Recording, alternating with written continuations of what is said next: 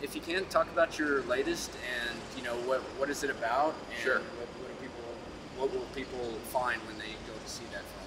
Well, The Interrupters is a documentary where myself and my partner on the film, the writer Alex Kolowitz, we spent a year in the streets of Chicago following around violence interrupters, who are people that work for this organization, Ceasefire, and their job is to go out into neighborhoods where they're actually from, where they once were part of the problem, frankly, and try and mediate conflict and prevent people from resorting to violence, or if they have resorted to violence, keep it from escalating. And so they do this very brave work. They're pretty incredible people, and we spent a year following them. Was there any They're like sort of- superheroes. This is a comic book site, right? Yeah.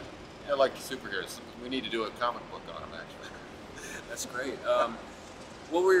What were your challenges when you were on the streets and you were shooting, and what were the big things that you had to overcome? Well, I think some of the biggest challenges in this kind of film are, will we get the kind of access to the work that they're doing in the streets that we desire and feel like is important for people to see? We were clear that we weren't trying to make a reality TV series, which if you were doing that, it would be all about being in the streets and conflict and, is somebody going to get hurt or killed or not, and, constant drama. We didn't want to do that kind of film because we wanted to have people come to understand something about these situations, come to understand something about people who find themselves in these situations and what can be done to get them out of these situations. And so, while there are a number of very vivid moments in the film where you, I think, as a viewer will feel like, wow, I'm really seeing something here, that's not what the whole film's about, because that would just be titillation, I think, for an audience. I mean, that's one of the problems with reality television, in my view. It's all just about that. Did you find yourself doing strictly observational, or did you get into directing action at all? Well, I am fundamentally a cinema verite filmmaker, observational. That's the heart of the work that I've done, and that's certainly true here. This film is virtually all scenes. But I also interview.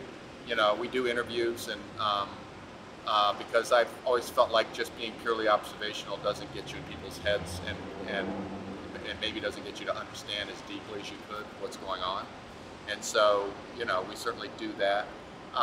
Directing a documentary is kind of a funny thing, because some people think, well, how do you direct a documentary? Don't you just shoot everything? Well, no, you don't just shoot everything. You know this, right? It's like you have to have a concept in mind. You have to know what to shoot and what not to shoot. And so, in that respect, that's what the direction is. But it's not about saying, could you two people get mad at each other here so that we can get a really interesting scene? Not doing that. Yeah. So how did you get away from the typical interview, voiceover, show some action, and then go back to interview? How did you get away from that sort of traditional documentary style? Well, I think the heart of this film is it's very vivid. You are following folks and seeing them do the work in the streets. And this film is untraditional I think, in the structure of it, because it's a year in Chicago and it's organized by the seasons. And we're following these folks through that year. So it doesn't have this sort of straight ahead narrative story, because it's filled with a bunch of little narratives. There's the narratives of our three interrupters that we're following, and during the course of the film you come to understand who they were, what they used to do, and how they changed their lives to do the work they're doing now. You're also following the narratives of the people that they're having an impact with, and the people that are in the film, they don't just encounter them once.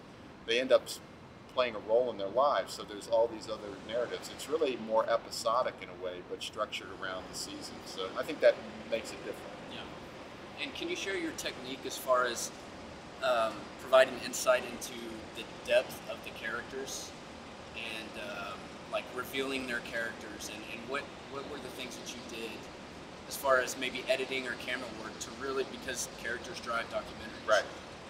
Any sort of technique that you did to get in? Well, all the films I've done are really very much character driven, even though they have narrative stories, and some of them have we've been very fortunate with having pretty compelling stories. They're all driven by character. They're all driven by trying to understand somebody and what's going on with them and what in their lives. And I think that when you spend as much time with people as I've been able to in films, and you bond with your subjects to the degree that I think we've been able to do, it allows them to open up more and reveal more. You know, that first interview you do near the beginning of the project is one kind of revelation. But the interview you do 12 months, or 2 years, or 3 years, or 4 years later is a whole different level of revelation. And I think that by following people over time, you're not just taking a snapshot, right? If you go in for a month, it's more of a snapshot of somebody's life. If you go in for years, it's a whole book full of where they were at different times in their lives.